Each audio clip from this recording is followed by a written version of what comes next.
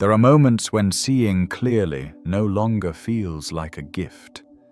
Not because what you witness is horrific, but because the ordinary world begins to fracture under the weight of awareness.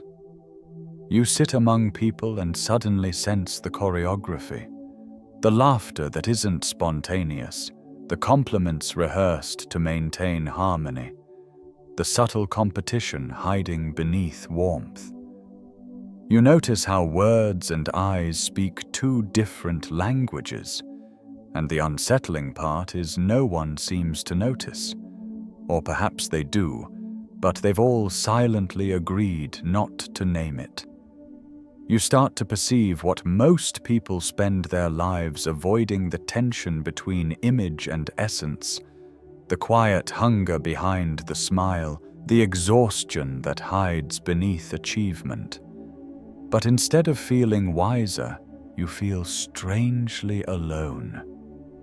When you try to describe what you see, the world calls you too sensitive, as if awareness were a flaw, as if noticing truth were a burden rather than an awakening. Yet the truth is simple. Once you begin to see, you can no longer return to blindness. This is what I call superior perception, a kind of perception psychology that sees through the veil. It is both illumination and beautiful because it grants you the ability to perceive essence beneath appearances. Dangerous because what is seen cannot be unseen. Carl Jung once observed, "The more consciousness you gain, the more you separate from the crowd." It was not a warning, nor a boast, but a fact of the psyche. Awareness beyond a certain depth isolates before it liberates. That is the paradox we're exploring here. The conscious exile, the space between illusion and integration. You're too awake to belong to the dream, yet not fully at peace with what you've awakened into. It's a liminal ground, lonely, disorienting, but sacred in its potential. If you're here, you probably know that feeling. The fatigue of small talk, the silent observation of human performance, the ache of sensing unspoken truths and finding no words that others can receive. You're not broken, you're evolving. This is not a condition to fix, but a threshold to cross. In this journey, we'll explore three truths. First, why perception psychology so often becomes isolation, and why that loneliness is not failure, but function. Second, how to live with superior perception without drowning in seeing too much psychology. And third, how to transform conscious exile into power, turning the solitude of seeing into the serenity of being. Because when the exile stops resisting the distance and begins to dwell within it consciously, something shifts. The loneliness becomes clarity, the silence becomes strength, and the man who once felt estranged from the world begins to stand sovereign within it. If you've ever felt unseen for seeing too much, stay. You are not alone in your solitude. And that realization, paradoxically, is where true belonging begins. 1. The dangerous gift. The reality of superior perception and over-awareness psychology. Every awakening begins quietly, not with thunder or revelation, but with a fracture, small, precise, and irreversible. For some it appears after loss, for others during long solitude or through a sentence that rearranges their entire sense of reality. For me, it happened in an ordinary conference room on a Tuesday morning. A colleague was presenting a project built on compromises and half-truths. Everyone smiled, everyone nodded, and the story we told ourselves shimmered with borrowed meaning. And then suddenly I saw it, the shared agreement to not see. The subtle collusion that keeps appearances intact. That was the first fracture. Not enlightenment, just the moment the veil began to tear. The first fracture. When the veil tears, the first fracture never feels grand. It's not a lightning strike of insight, but a quiet disturbance. The sense that you are watching yourself act, yet no longer believe in the role. You hear yourself repeating lines that sound right, but feel hollow. You sit among friends and realize the conversation runs on rails. Complaints no one intends to solve, dreams no one means to chase, opinions that pass for identity. You play along, but the performance tastes of dust. And then everywhere the pattern reveals itself. The colleague whose enthusiasm is choreographed. The friend who posts about gratitude while privately unraveling. The couple who sit in silence performing togetherness. The air hums with effort, every smile adjusted, every word curated. You start noticing the same artifice within yourself. The laugh that conceals discomfort.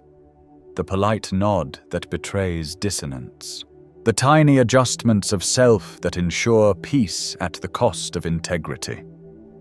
That is what superior perception feels like, not a gift of sight, but the loss of blindness. You can no longer pretend. The paradox of clarity. The weight of over-awareness psychology. No one tells you that awareness rarely brings happiness. It brings responsibility. When you could not perceive, the subtle games of power belonging came easily. When you mistook performance for sincerity, you could enjoy the show.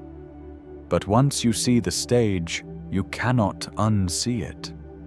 Small talk begins to ache because you recognize its function. The choreography of safety, not connection. Networking feels empty because you sense the calculation beneath the smiles. You understand that most exchanges are quiet negotiations. Who will I need to be for you to accept me? And now every moment requires choice. Do you play along or disrupt the script? Do you speak truth or preserve comfort? Do you stay silent and belong, or speak and become foreign? Kierkegaard called this the burden of consciousness, the risk of losing oneself so quietly that no one notices. Awareness exposes how easily identity dissolves into conformity. And once you notice, truly notice, you cannot return to innocence. In moments like this, some experience what could be called self-awareness, burnout, the fatigue of constant observation, the exhaustion of sensing too much. The very mind that once sought clarity now longs for rest. The Jungian perspective. When the persona cracks, Carl Jung would call this the collapse of the persona, the social mask that allows us to function in the world. It's not false, it's simply incomplete. But when consciousness expands, the mask begins to suffocate. You start to feel the gap between who you are and who you present. That tension becomes suffering, not because you are broken, but because the image you built to belong can no longer contain your truth. You enter what Jung might describe as no man's land, suspended between your authentic self and the social performance you once depended on. Too awake to keep pretending, not yet wise enough to live freely within truth. This is the dangerous edge of superior perception, seeing deeply without yet knowing how to bear what you see. The hidden pain, seeing what others cannot. There is a peculiar kind of loneliness that comes not from being unseen, but from seeing too much. You watch someone repeat the same wounds they claim to hate. You recognize the fear beneath their anger, the self-betrayal beneath their control. You understand the pattern, but you cannot intervene because truth spoken before its time is perceived as attack. People do not thank you for holding up mirrors they never asked for. They call you critical intense, too analytical. They think you are judging them when in reality you are simply weary of seeing what they cannot bear to face. This is cognitive isolation standing in a crowded room while inhabiting a different reality. You see the theater lights and camera angles while everyone else believes in the plot. When you whisper, "Can we talk about what's actually happening?" they look at you as if you're lost. Anais Nin once wrote, "The day came when the risk to remain tight in a bud was more painful than the risk it took to blossom." But she didn't describe the in-between, the raw, trembling state where the bud has opened but the flower hasn't yet formed. That's where many awakenings live. The acceleration of awareness. The cost of over-awareness. Psychology. Consciousness expands faster than belonging. Each realization births another. Each insight unlocks 10 more.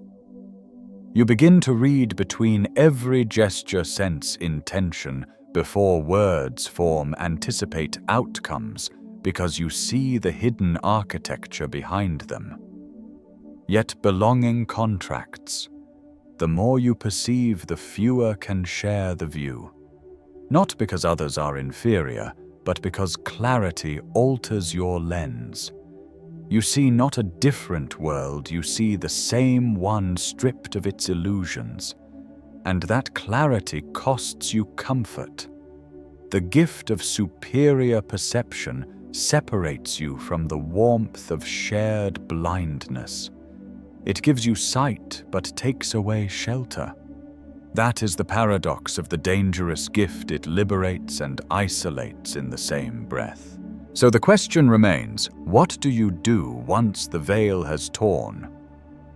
When you cannot return to unknowing, but walking forward feels like stepping into solitude itself, that is where the next part of this journey begins. 2. The conscious exile, when awareness turns into isolation. Across cultures and centuries, one figure keeps reappearing, the one who sees what others refuse to see, who carries truth as both insight and burden. The oracle, the mystic, the quiet truth-teller who lives just beyond the edge of the village. Carl Jung, Perception, described this archetype as the wounded seer, the one whose vision pierces illusion, yet who must live apart from those still asleep. They are not cast out. There is no dramatic banishment, no public trial, only a gradual inner separation. A growing inability to remain inside the comforting fictions that once sustained belonging. That is what I call the conscious exile, not someone rejected by society, but someone who can no longer participate in its self-deceptions without losing their integrity. If you're living this, you already know. You don't need to be convinced it's real. You need language that names what has been wordless, a shape for the loneliness you've been carrying. So let me name it. You are in exile. Not because you have failed, but because your awareness has outgrown the space that once held you. The double pain, insight and silence in the conscious exile, two kinds of pain define the conscious exile, and together they form a closed circuit of suffering. The first is the pain of insight. You hear what people are saying beneath their words, the insecurity under a compliment, the avoidance beneath small talk, the exhaustion hiding inside a smile. You recognize the subtle architecture of every interaction. Fear, pride, longing, competition, and it is often invisible to everyone else. You are rarely wrong. Your intuitions prove themselves true again and again. But accuracy brings no comfort. It only amplifies your isolation because you are living in a deeper layer of reality, one where the unspoken is louder than the spoken. The second is the pain of silence, because you quickly learn you cannot speak what you see. Name the hidden tension and you become negative. Describe the pattern and you're overthinking. Speak from depth and you're too intense. I once watched a friend perform happiness at her own birthday dinner. Laughter too, bright eyes, too tired. Later in the kitchen, I asked softly, "Are you okay?" Truly, her relief was immediate, her fear close behind. "How did you know I thought I was hiding it?" She had hidden it well from everyone but the one who sees. And that's the paradox. She was grateful to be seen, yet uneasy with the one who could see. Because perception threatens control even when born of compassion. So you learn restraint. You watch quietly. You hold truths you'll never speak. You understand people more than they'd want you to, and you carry that understanding in silence. Over time, the silence itself becomes a kind of psychological exile.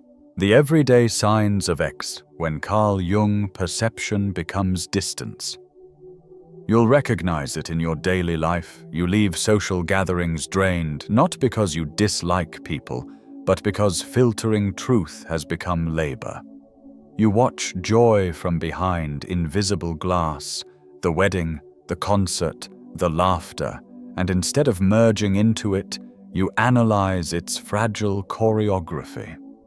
You adjust yourself to match expectations, then feel the hollow taste of self-betrayal. You know how to blend in, but every performance costs you authenticity. You long for depth, yet find yourself shrinking your truth to keep others comfortable. You want to speak of meaning, but most conversations dissolve into routine and noise. You envy those who can live lightly, who can skate the surface of life without questioning the ice beneath. And yet you cannot join them.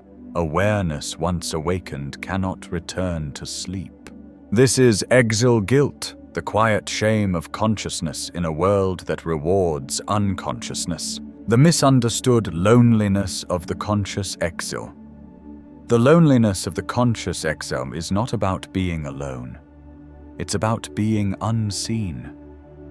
You can share a bed, a home, a calendar, and still feel the ache of non-resonance. You are not longing for company. You are longing for reflection, for a mind that meets you at depth, a soul that does not require translation. This is the invisible isolation David Foster Wallace described when he wrote about unbearable agony, not as hopelessness, but as suffocation within a world that denies your reality. You're not suicidal. You're simply gasping for air in a room where everyone insists the air is fine. The paradox, wanting connection while needing distance.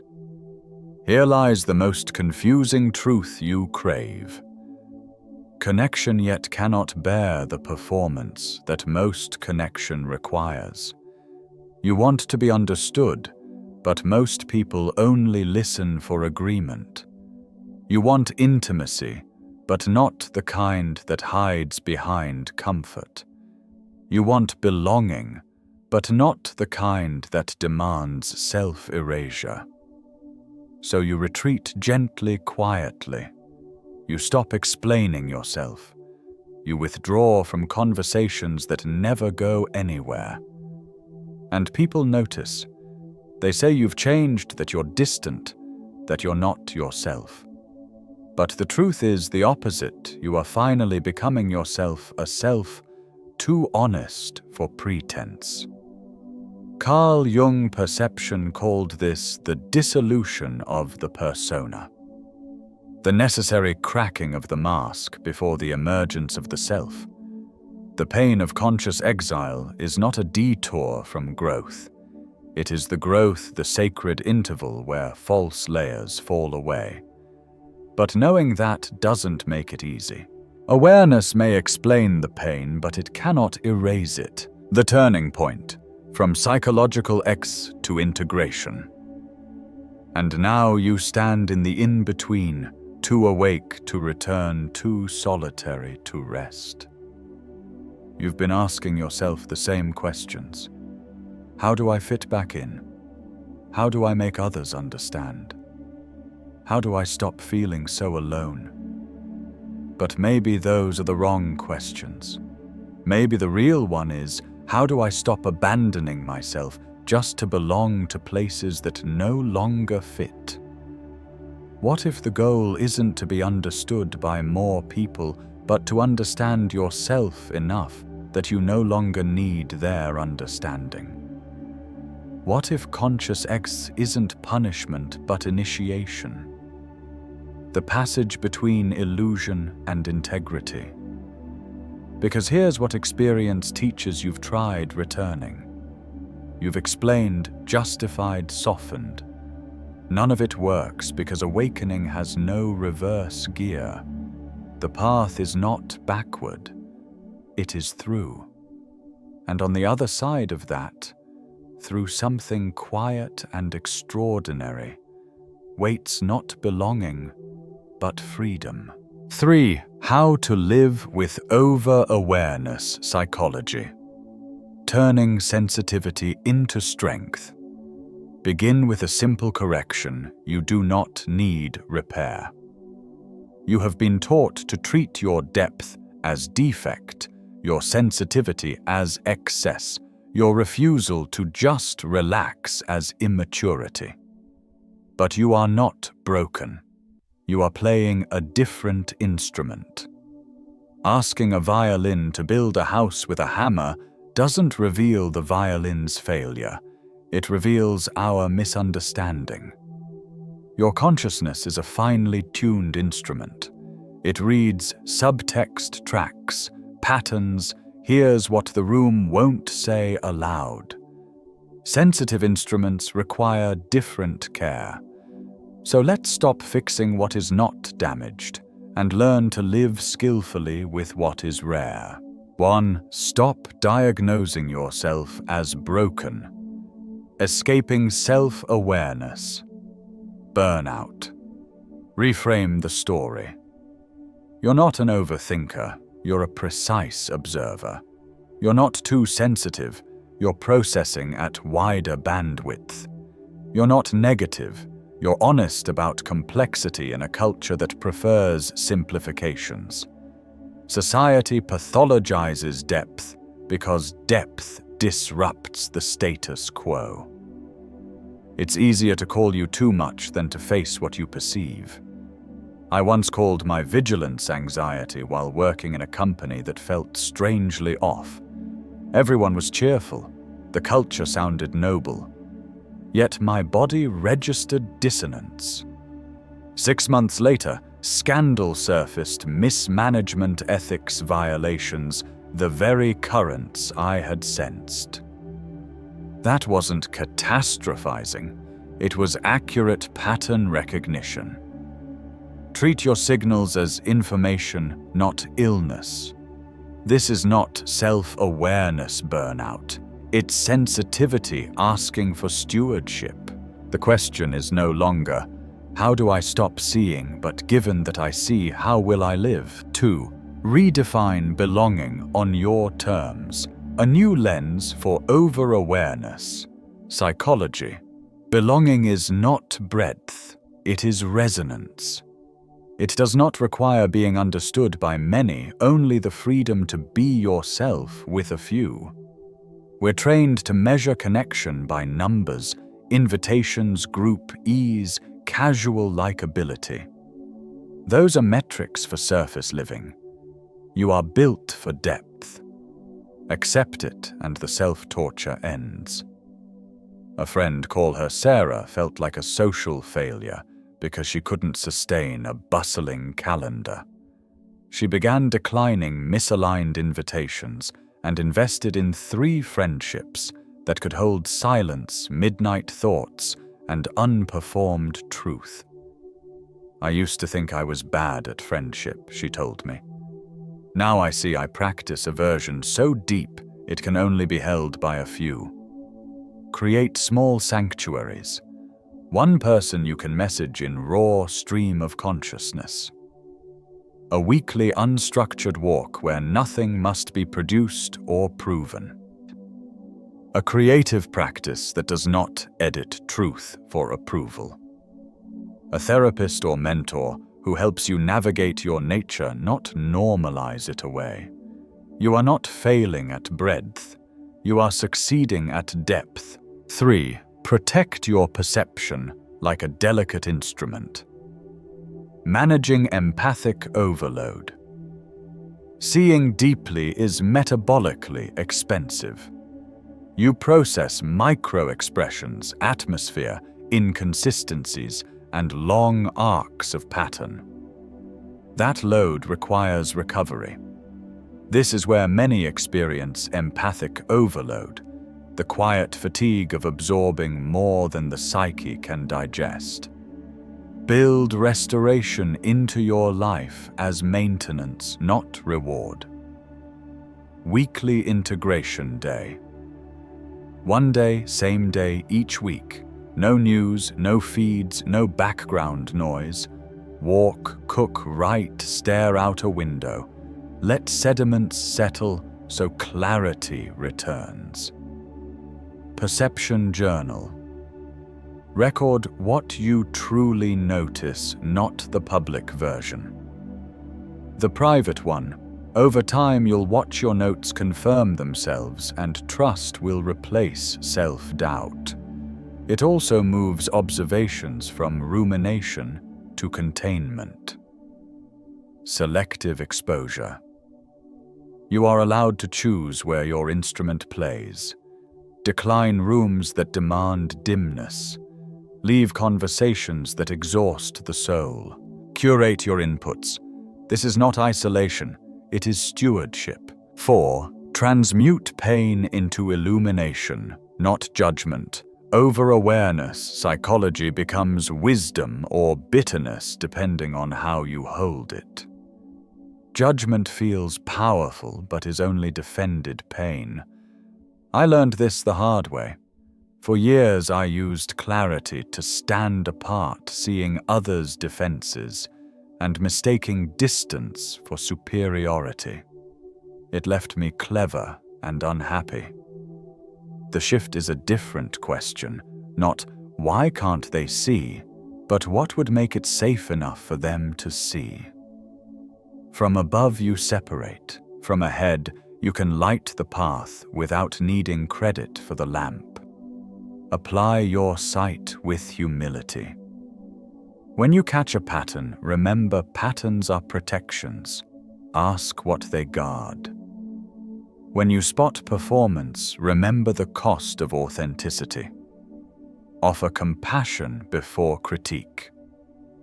When others avoid depth honor timing, depth requires conditions. You don't need to stay in shallow water, nor translate yourself endlessly. Simply refuse to weaponize your clarity. Paradoxically, the moment you release the need for others to see your seeing stops feeling like a burden. 5. Practice conscious solitude. From self-awareness. Burnout to renewal. Learn to be alone without being abandoned. Loneliness is disconnection against your will. Solitude is chosen presence, a sacred discipline that turns exile into retreat. 20 minutes a day. No phone music, podcasts, books, or tasks. Sit and allow whatever arises to arise. This is not performance meditation. It is consenting to meet yourself without anesthesia. At first, the avoided material surfaces: grief, anger, fear. Stay. Emotions move when witnessed. Slowly, silence changes temperature, from cold emptiness to warm homecoming. When silence no longer threatens you, your solitude becomes a source. Self-awareness burnout dissolves into grounded presence. Exile matures into sovereignty. You do not gain all answers. You lose the need to hunt them outside yourself. You stop pleading for translation. You live at your own frequency and trust that the right lives will attune. The exile who stops escaping becomes the sage, not because they are grand, but because they are grounded. Turning conscious exile into power, how to be alone without feeling lost. There is a natural progression when you stop resisting your nature. It moves through 3 thresholds: loneliness, solitude, sanctuary. Most remain at the first, negotiating with a belonging they have outgrown. Some cross into the second, learning to be alone without panic. Few arrive at the third sanctuary, the moment conscious exile becomes chosen. Aloneness becomes refuge, and what once felt like punishment turns into authority.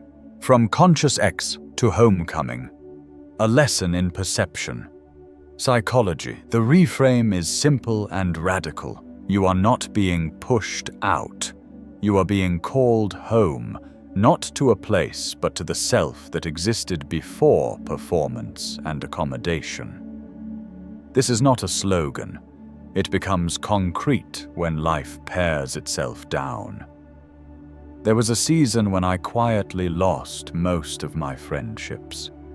No betrayal, no drama, only the recognition that we had grown into different languages. I tried to care as before, to enjoy plans that once mattered, to resurrect an earlier version of myself. One night, after cancelling yet another gathering, a question arrived. What if nothing is wrong? What if I'm not losing connection? I'm finding accuracy. Perhaps those bonds were built on a self that no longer exists.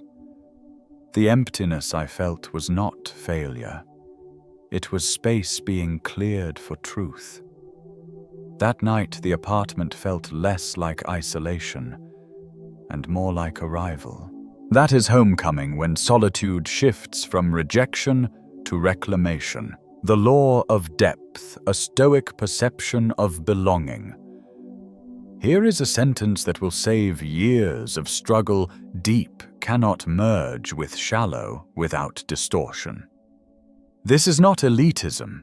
It is the physics of perception psychology. In shallow waters, you either compress yourself to fit or provoke discomfort by introducing depth that cannot yet be held.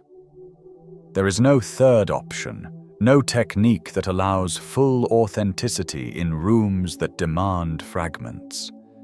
Many exhaust themselves, searching for that third option.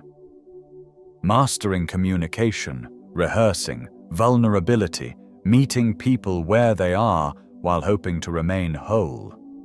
It fails because the problem is not skill, it is fit. You are planting redwoods in soil that can only support grass. The grass is not wrong, and you are not superior. You simply need different soil. Accepting this law ends the self-blame. You stop apologizing for your complexity, stop shrinking to soothe the room, and stop pleading with structures that cannot carry your weight. In that stopping, something opens. Stoic perception calls this the calm recognition of what is within your control, to choose depth and let go of persuasion. The paradox of return. When you stop chasing belonging, when you cease performing, the right people begin to find you. Not because you crafted a strategy, but because you finally broadcast your true frequency. In my 20s, I balanced myself into likability, softening observations, laughing at jokes that dulled me, pretending to enjoy what drained me. I had many friends, mostly of the surface. When I allowed quiet to be quiet, intensity to be intense, honesty to be inconvenient, most of those connections fell away. Those who remained and those who appeared did not need me to be easy. They wanted reality even when it was textured and demanding. This is the paradox. The belonging you stop chasing becomes the belonging that appears. But you must walk through the desert first, trusting smaller circles, longer timelines, and the unfamiliar shape of genuine resonance. Jungian integration persona, death self-birth. Carl Jung named this passage plainly the death of the persona and the emergence of the self. The persona, the adaptive mask, serves well early in life. Then, at depth, it becomes a cage. Shedding it feels like conscious X because it is a kind of death of the convenient identity, the comfortable illusions, the easy belonging. What emerges is what the persona could never access: integrity, the capacity to be the same person across contexts because you no longer fracture to fit. This is not breakdown, but breakthrough, not exile from the world, but exile from the false self. The pain you feel is not punishment.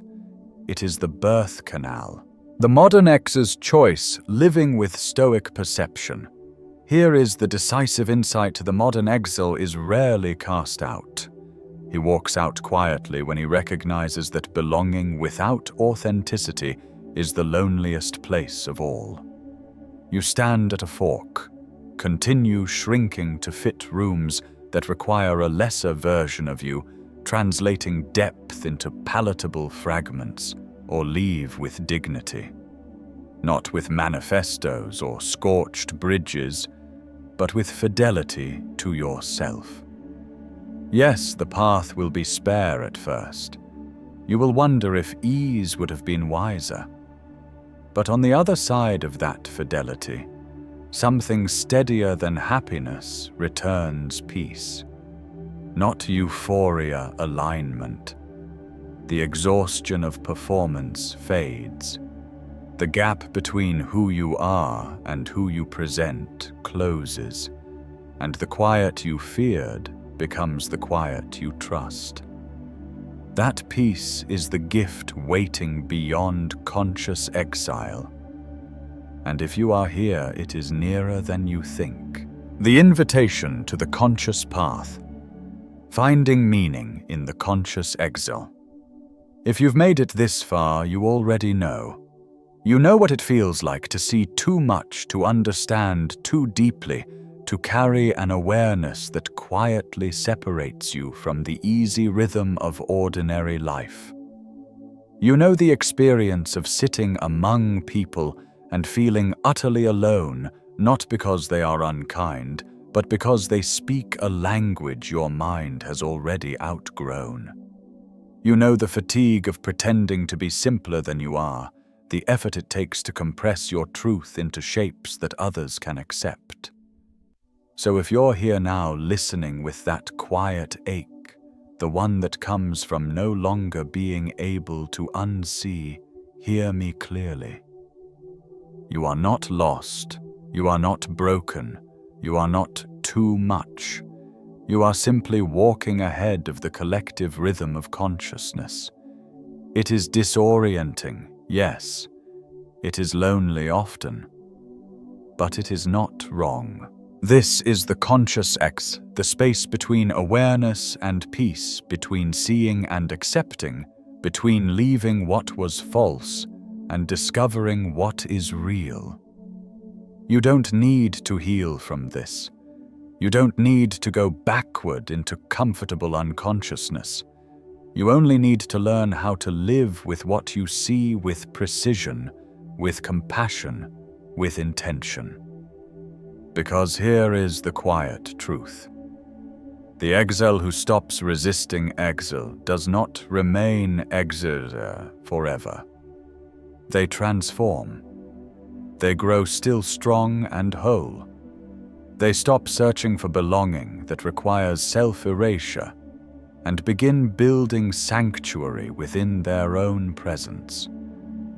And eventually, not quickly, but inevitably, the right people appear. Not many, but enough.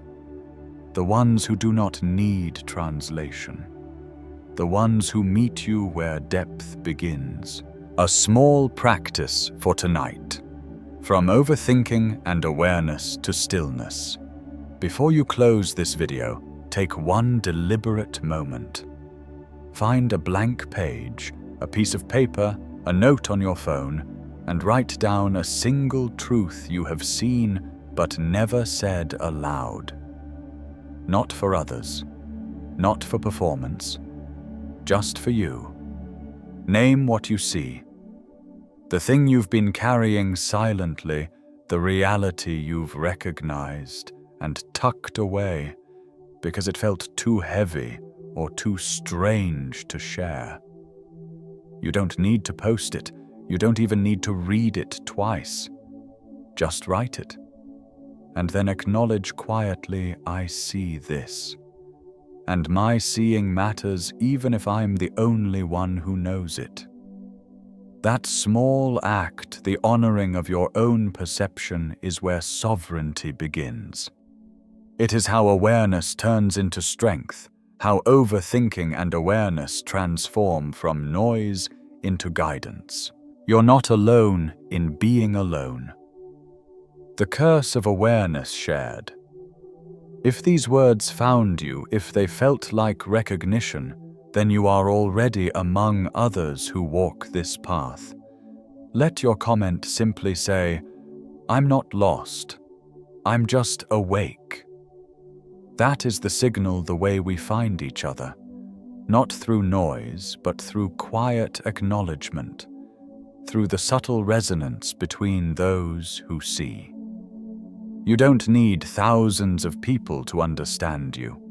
You need the few who already do, the ones who live at the same frequency, who don't ask you to shrink.